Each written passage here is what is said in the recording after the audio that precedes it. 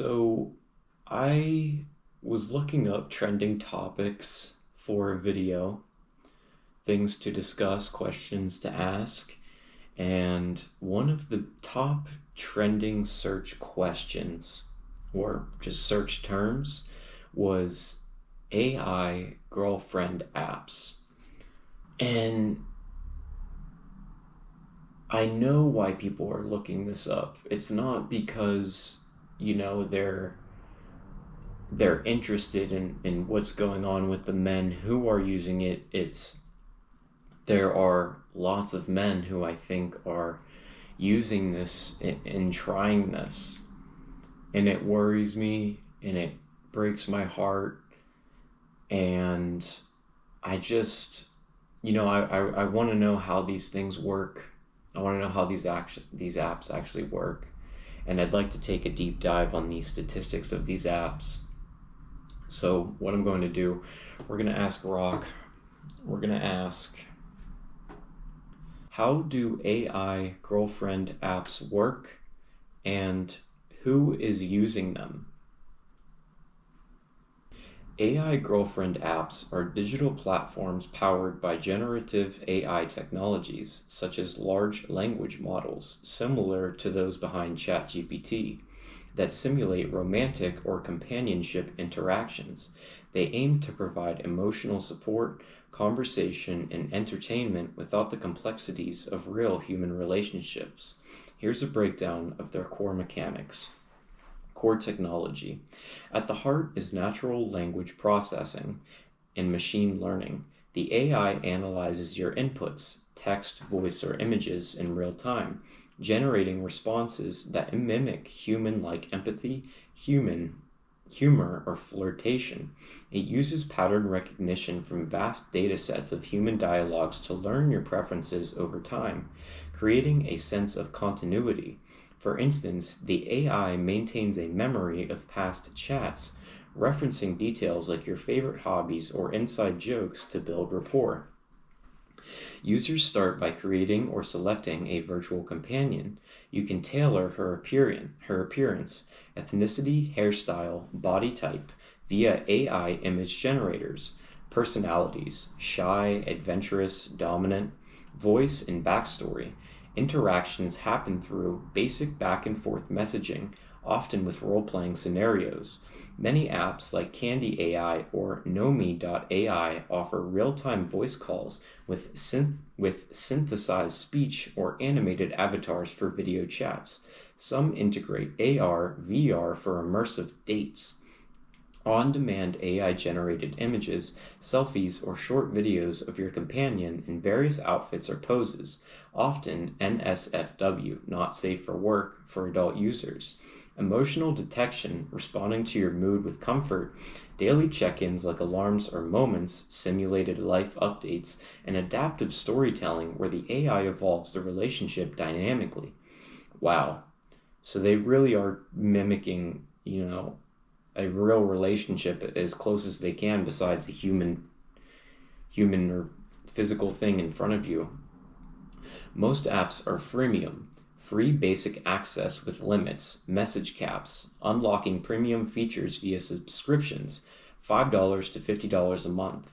Revenue comes from in-app purchases for extra chats, custom content, or ad-free experiences. Privacy is emphasized, anonymous transactions, but data collection for personalization raises ethical flags. Well, I'm sure the people using this are aware of that and are willing to make that sacrifice, that trade-off for the personal data, their mind, so that they can have this companion. Examples of popular apps. Candy AI focuses on hyper-personalized NSFW chats and image generation. Users build companions from scratch. Replica or Nomi.ai emphasize emotional depth with soulful memory for long-term bonds.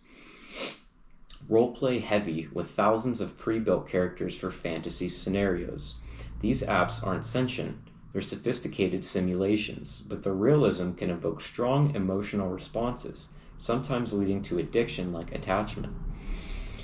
Who is using them? AI girlfriend apps have exploded in popularity, driven by rising loneliness, post-pandemic isolation, and the accessibility of AI.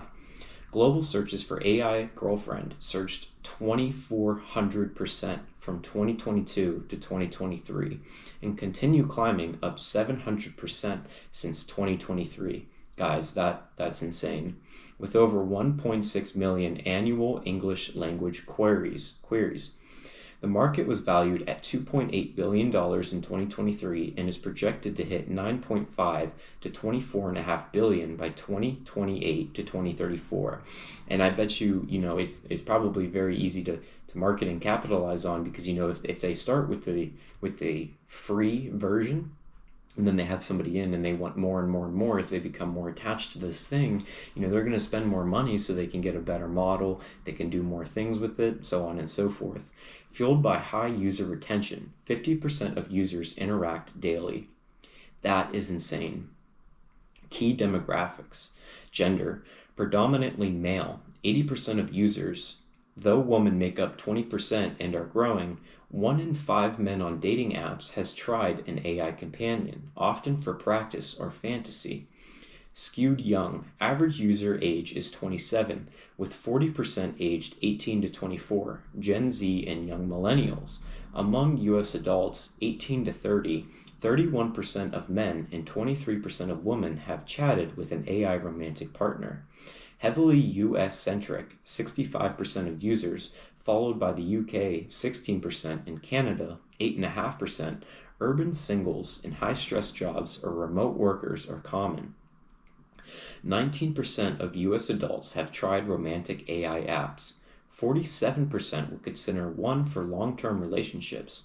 Leading platforms like Character AI see 97 million monthly visits.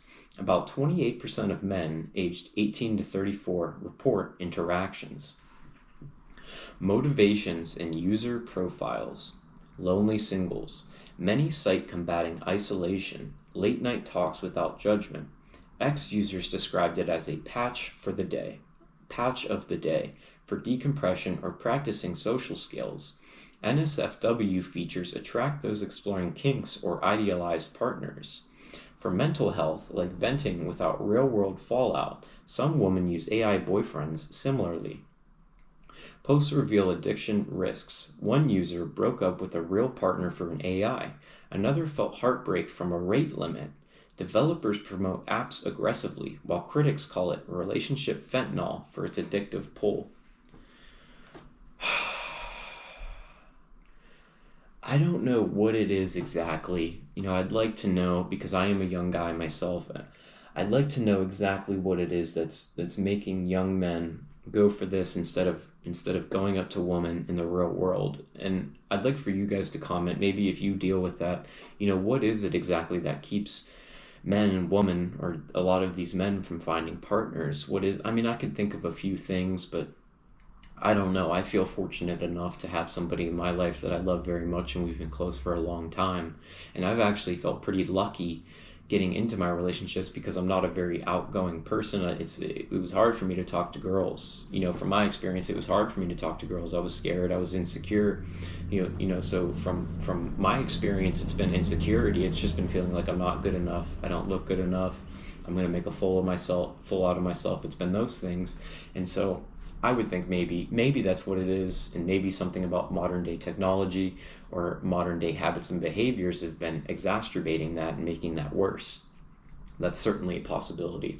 But I hope this trend doesn't continue, and I hope that the male and female spirit can find a way to come together in a comfortable way.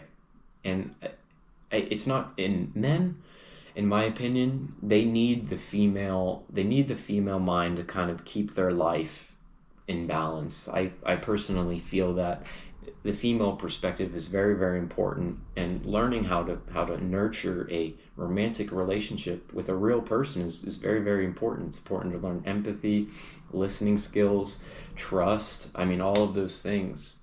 If you're just voiding those things to something that is a robot, and it's just giving you everything you want, that's not good. That sounds like a trip to hell, to be honest with you. It sounds like a trip to hell. So let me know what you guys think down in the comments about this. I've already given you my piece. I want to know what you guys think. Thank you very much for watching.